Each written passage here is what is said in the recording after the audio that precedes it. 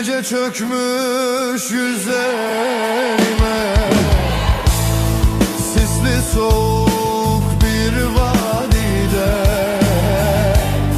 ellerim çamurur içinde. Gece çökmüş